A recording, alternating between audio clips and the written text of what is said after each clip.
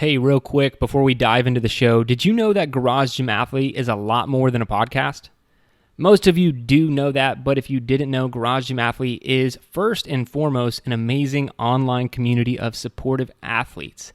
And secondarily, we are the best source of fitness programming on the internet. If you want to be part of the community or the results our programs produce, go to garagegymathlete.com and sign up for a 14-day free trial. If you're already an athlete, invite a friend and help us impact their lives in the best way we can. Hey, we don't run ads on this show, and we are fully supported by the community, so you've got to hear me plug this stuff every once in a while. Thanks for being awesome, and now to the show. What's up, ladies and gentlemen? Jerred Moon here, and welcome to the Garage Gym Athlete podcast. It is just me today. I had a great conversation recently with a couple of friends. There's been a lot of new books coming out, new information on the importance of muscle mass. So having more muscle mass as you age is great for longevity. So Peter Attia's new book, Outlive, is out. He talks about it. The Starrett's new book, How Are Built to Move, is out. They talk about it. To be honest, this is not new information or research, but it is sparking new conversations. If you want to live a long time, you want to have, and have a good quality of life, should I say, because that would actually kind of be me misspeaking there. Like, if you really just want to live as long as you possibly can, the goal is to not stress your body out too much, eat very few calories, like blah, blah, blah. There's a lot of research on that. But when we're talking about actual quality of life, being able to do the things that you want to do for the longest period of time. So being able to move, play with the grandkids, and then also have, longevity, live as long as you possibly can, barring any unforeseen circumstance. There are things that you can do with strength and aerobic exercise to increase those things. But ultimately, having as much muscle mass as you possibly can is a good thing. Being strong, grip strength is another indicator. And then also having the highest possible VO2 max that you can have. And I want to talk more on the strength side, because the conversation I was having today was about specifically, like, how can we continue to gain some muscle mass without breaking our bodies? That's the ultimate question, because the further you get along in the barbell game, if you've been in it for a long time like I have, injuries are going to pop up. It's the nature of the weight and the load. It's just going to happen. Just because you're not perfect, you are getting older, and it shouldn't scare you away from the barbell. It just means that it needs to be used in the most effective way possible and efficiently. So it doesn't have to be, high volume barbell movements all the time. Maybe those become more sparing in nature. But if you're just looking to gain muscle and you're not looking for necessarily top end strength, there's a lot of things that you can do if you're trying to gain muscle mass. Now, everything that I'm going to talk about today has to do with training specifically, and I'm not talking about it through the lens of diet. If you are interested in the diet portion and you're looking to gain muscle mass, gain any kind of mass, you typically are going to need to be in a caloric surplus, eating more calories to gain that mass. And then the most important part is going to be eating an adequate amount of protein. So with those being kind of the underlying statements here, know that you have to focus on your nutrition to some degree. But then there's a lot that you can do in training. But another thing that everyone should know who's listening to this, male, female, doesn't matter, you will not accidentally look like a bodybuilder. And I hear this more as a concern from women when I've, had conversations in the past or coaching relationships. And I feel like a lot of that is kind of being dispelled, and people are starting to become aware of that. But I want to make sure that everyone listening understands there is no accidental looking like a bodybuilder, like someone who stepped on stage. For some people, that's super desirable trait. And for other people, that's a ton of work, right? And either way, it's a ton of work, but it's just not going to happen. You won't accidentally get super strong and muscular and bulky and have super defined muscles without very specifically like seeking out the diet, the coaching, the lifestyle that involves, which is a very difficult lifestyle. Like, just know that those things don't happen. And that is not what I'm talking about today. I'm talking about just gaining muscle mass, having enough muscle mass to be able to do things, because as you age, each decade that you get into, it's going to become a little bit harder to gain muscle mass, and you will start to lose some of that muscle. And the older you get, the more protein becomes super important. And then your training as well.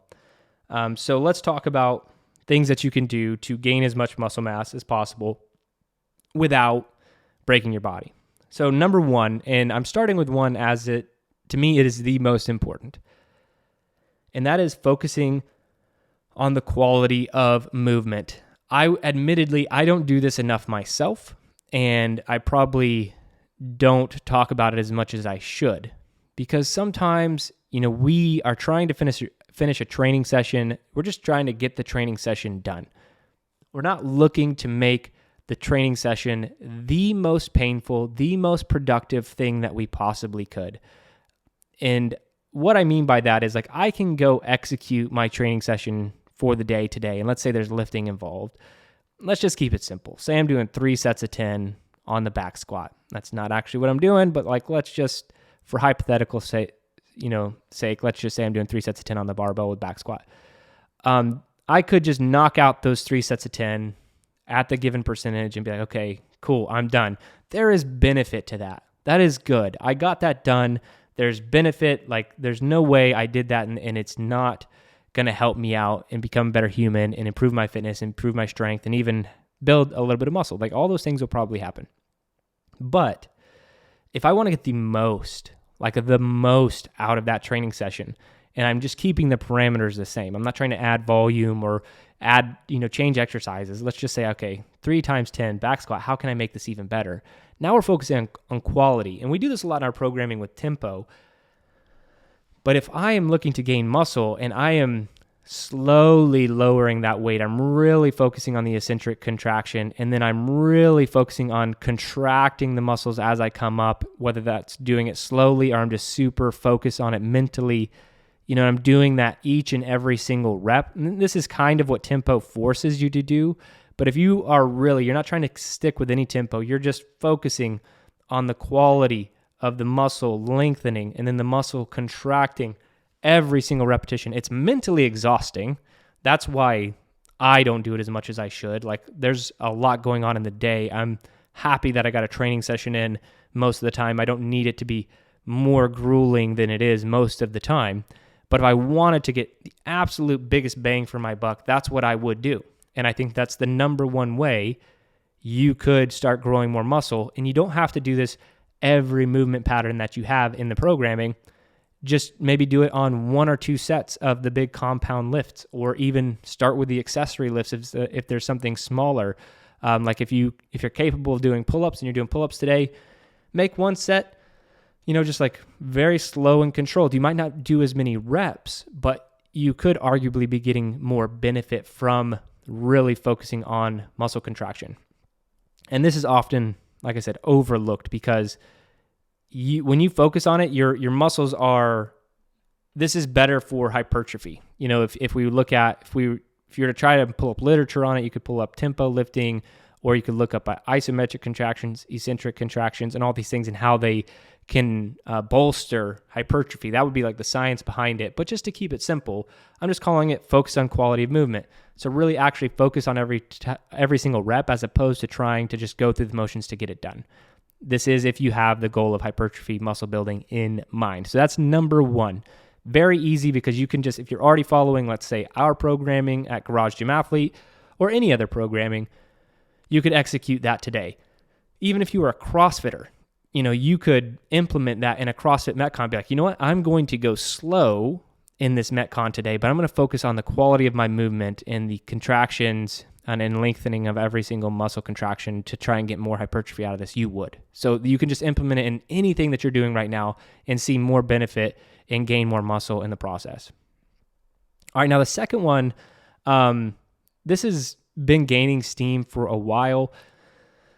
Back when I was interviewing people on the Better Humanology podcast, I think I had one or two guests talk about this, and it's blood flow restriction training. No doubt you've heard of it at this point. So blood flow restriction training, to put simply, it's you're putting like these cuffs up, like it can be up, at the tops of your arms, like up towards your shoulder and your armpit, and then your legs, it could be like at the top of your thighs, and then ultimately you're going to be lifting weights. It can be 15 to 30 repetitions, and you're using lighter weight most of the time. I mean, 99% of the time you're using less weight, and you're doing this blood flow restriction training. So it's also known as occlusion training. So you're cutting off some of the blood flow. And the idea behind it is that restricting the blood flow creates this low oxygen environment, and it increases muscle activation and growth, and it triggers all these growth factors and signaling molecules, and it promotes muscle growth. Like, to be honest, I have not looked into the science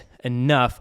And when I say science, I mean, I've looked at the studies, but I haven't looked as much at the mechanisms behind exactly what it's doing. But all I know is that it's incredibly effective.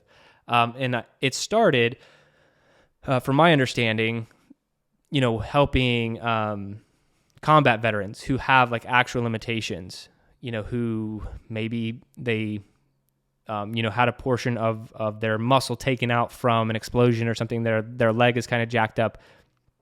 It makes it to where they are able to see benefits of muscle growth, like hypertrophy and everything else, while not having to load a barbell to 300 pounds or a deadlift to 300 pounds and do all these reps when otherwise they wouldn't be able to. So it's really beneficial, really proven as far as I can tell. My only hesitation recommending blood flow restriction training most of the time, and the reason we don't program it at all is, while you can 100% DIY BFR, I highly recommend you work with a professional, at least to start. Like, there are a lot of physical therapists who do this. Like, you could go get some training on them, ask them what bands to buy, have them walk you through a couple weeks of it, and then see if that's something that you could ultimately do on your own. Now, you don't have to do that. That's my official recommendation, is have a professional walk you through all of this. But ultimately, you could do this DIY. But from personal experience, I would have a professional walk you through it, get as much training on it as you can before you just go off and do it. But it is a very proven way. If you're not wanting to hit the heavy weights and you still want to see a lot of the benefit to muscle growth, blood flow restriction training is number 2 here, and something I'd recommend. Now, the third one is higher rep training. So higher rep training has been proven to, increase muscle hypertrophy for a pretty long time. And, it's been implemented in the bodybuilding world, and it's very proven. So how you could do it is simple. Like, if you wanted to just do bodyweight exercises to a point where, you're looking for that muscle burn, that pain, in the rep scheme. So like, that's why I say there's no magic to reps sometimes, because if you're a fairly trained individual and I tell you to do 12 bodyweight squats because 12 is considered higher rep or 15 is higher rep, but that feels like basically nothing to you because you're really highly trained or you've just done a lot of volume, then you might need to throw on a vest or even a kettlebell and do 20 to 30 reps. And it's still that's where you get the benefit. So just make sure that you feel the stimulus. I'm not saying there's a lot of magic to the burn or the pain, but those are indicators that you're moving in the right direction with hypertrophy. Because if you don't feel anything and you just do 10 reps of a bodyweight squat when otherwise you should be doing either more load or more reps, there's not going to be a lot of benefit to that overall. So higher rep training is definitely something I would throw in. And if you are just wanting to do body weight, cool, like knock out a bunch of pull-ups, knock out a bunch of push-ups, knock out a bunch of bodyweight squats. And then if your high rep is too much, like if it takes you 70 air squats to feel something, yeah, let's throw on a 20, 30, 40 pound vest. And that way we're not like loading up like this heavy barbell, but we still have load and we're not having to do absurd reps to get the same stimulus. Now, the next one, number 4, I would say bands or chains, but I'm really going to stay away from chains. Most of you, if you've been listening to the podcast, I'm not a huge fan of chains in general, just because of the actual, like, the cost, and it's just, like, most people aren't going to do it. So I would say bands. And so if you can get a hold of some resistance bands, these are very inexpensive these days. From what they used to be, they still have like a decent cost to them, but definitely worth it. You could add these to an empty barbell. You can add it to just a metal bar like that you buy at like Lowe's or Home Depot, and being able to do overhead presses while stepping on the band, or deadlifts while stepping on the band. Like, these things are fairly easy to implement. And what's awesome about bands, Louis Simmons talks about accommodating resistance, did all the time. And the idea behind accommodating resistance is, if you just take, for instance, the deadlift. Okay, so when we're trying to get a deadlift, let's say it's a 500-pound deadlift. We're trying to get a 500-pound deadlift off the ground. If I only needed to lift that from my thigh to having my hip locked out, that's actually not that hard to do. But the hardest part is getting that 500 pounds off the ground at my shins up to my knees. Like, that's the really hard part. And so different ranges of motion have different levels of strength. And at the very bottom of the deadlift, you're the weakest. At the very top of the deadlift, you're the strongest. At the top of the deadlift, you might be able to deadlift 700 pounds. But at the bottom of the deadlift, you might only be able to handle 300 pounds off the ground. And so that's kind of at a disadvantage, because we're always limited to the lowest range of motion, right? And so what accommodating resistance, or what bands do, is it accommodates for that. So as the band stretches out, it adds more resistance to the more stretched part of the range of motion. So if I had a band with an empty barbell and I'm standing all the way up and the band is fully stretched out, now I'm adding 100, 200 pounds to this top end, which does not tax the body or hurt the joints that much, because it can handle it in these smaller ranges of motion. But when we're on the ground, the band is not taut. It's not pulling. It's not adding any additional pressure. So hopefully that makes sense. But you can apply banded resistance training to almost anything. You could just add a band to your back and wrap it around your arms and put it on your palms and do push-ups. And so at the top of the push-up, you're adding a lot more resistance, and at the bottom, no resistance. So again, we're not increasing the risk of injury by trying to add this massive load right at the start of a repetition. We're adding it where we're the strongest, which is when we're almost locked out. So there's a lot of research too on hypertrophy and banded training. Definitely something that you should look into and can utilize very easy. And again, this is something you could add to your current training. If you're like, I don't want to lift 300 pounds on the barbell today because my knee hurts or my back hurts or whatever, well, maybe have 135 pounds on the bar and add a band for resistance, so we're still getting a lot of the stimulus without having to take as much of the hit on the body. So band's definitely something that I would get in there, and that's number 4. So the fifth one is isometric training.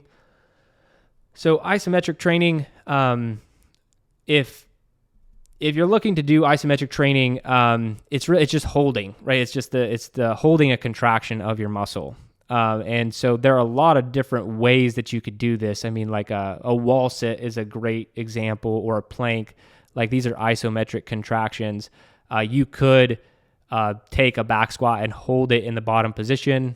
Granted, depending on your mobility, like in that specific example, you'd want to make sure you're not like completely bottomed out to where it's just kind of like your muscles aren't that engaged and you're just like relying on your joints to sit in the bottom of the squat. Like, you'd have to be engaged with your muscles for it to be a true isometric contraction. But again, there's also a lot of research on hypertrophy and isometric contractions, specifically going even into eccentric contractions, which I'm just going to kind of lump into with isometric, even though they're technically different. So we do have eccentric, concentric, and isometric contractions in the muscle group. Isometric is often overlooked and not used to the full extent that it should be. So just throwing in more isometric contractions, holding the bottom of a squat, like locking out or close to lockout on like even an overhead press, something that people almost never do, but you're having to hold that weight in that isometric position. And again, this can lead to hypertrophy without, it's kind of like the bands, without having to do increased volume, increased reps, increased load, because it can get quite fatiguing quite fast, especially if you've never trained isometric training. So very, very beneficial to throw in isometric training. And there's so many different ways that you could do this, again, even in your current programming. And that's kind of like my underlying theme here is like, you can focus on your quality of movement in your current programming without having to go down a specific like muscle gain protocol. You could add blood flow restriction training to your current programming. It would just be doing what's programmed for more repetitions, lighter loads, and with the blood flow restriction cuffs on. You can do higher rep training instead of, lower rep stuff, or depending on like whether or not you're adding the vest or whatever. You can add bands to your current training without changing the programming. Same with isometric contraction. Now the last one is, and number 6 is plyometric training. So there's a lot of different ways. Plyometric, you could just think of like fast movement. You could think of jumping, those kind of things. Typically what's seen in plyometric training. And I would think, I think we should throw in like kettlebell swings in there, kettlebell snatches, anything that's more explosive in nature. Again, a decent amount of literature on the effects of plyometric causing or being able to induce hypertrophy. We looked at one study not that long ago that specifically compared normal resistance training and plyometric training, and they both led to muscle hypertrophy.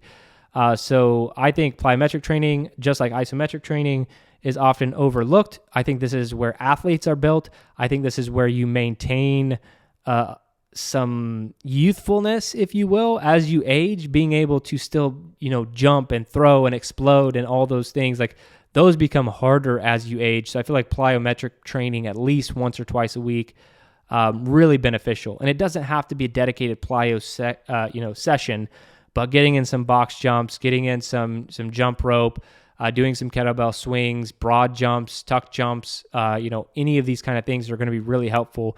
Exploding, sprinting, those kind of things are all beneficial. They lead to developing more muscle. And this training doesn't require a lot. Like a little goes a long way in plyo. To be honest, if you do too much, it could be super taxing on your body. So you don't need a lot for it to be effective. And so these are all things that you want to keep in mind and something that you could easily add, again, without having to break the body. So overall, those are the 6 ways. So focusing on the quality of movement, blood flow restriction training, higher rep training, bands, isometric and plyometric training are ways that you can induce some more muscle mass without always having to go incredibly high load or incredibly high volume, because those are typically where people's heads go when they want to start building more muscle mass. They don't think of like, how could I do my current program differently? They think, how could I do a different program? And a lot of times, if you jump from, a standard program like ours to a bodybuilding program, you'll be putting so much more volume and just on like your pectorals on one day if you're to go ahead and switch to a bodybuilding split. And that's just a ton of volume. There's going to be heavy loads involved, and there's nothing necessarily wrong with that. Like, I like to lift heavy. I like to do volume, but at times, it might be too taxing, or maybe you're injured, or maybe you just don't feel like it. But that doesn't mean we can't still get the result that we want, because ultimately we know gaining muscle and having as much muscle mass is very important for longevity, health, and just, quality of life as you progress along day to day in this journey that we do call life. So that's it for today. If you want to add any of those things to your training, not hard to do. We could talk more about the tactics behind how to do a lot of these things, but definitely areas for you to look into and start to implement today if you're looking to build more muscle in your current program. But as I wrap up, I just want to say thank you to all the Garage Gym athletes out there who are sticking around, doing the training, and being awesome in our community. We do have a new awesome online community. So if you're one of our athletes who did not know about it, hasn't been a part of it, make sure that you reach out to us. You can email support@garagegymathlete.com because we have moved away from a Facebook group and we are in Circle. We have a challenge kicking off in May. Killing Comfort Challenge. I want to make sure everyone's a part of that who wants to be a part of that. So make sure that you check out the community if you haven't recently, or if you haven't gotten your invite, please go ask us for one at support@garagegymathlete.com or support@into3fitness.com. Either one will get to us.